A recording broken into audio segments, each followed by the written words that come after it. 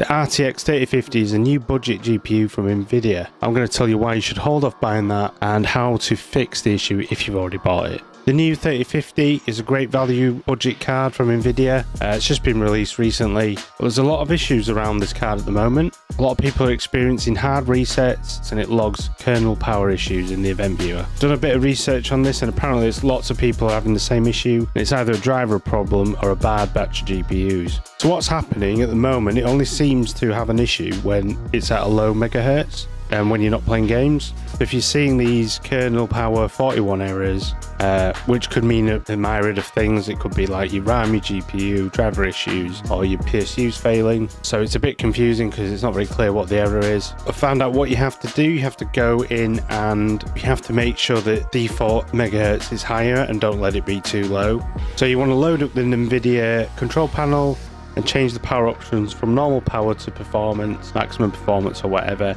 and do the same in your PC. So you can go on here, power options, and then you've got these here, so you've got balance, make sure that goes on high performance.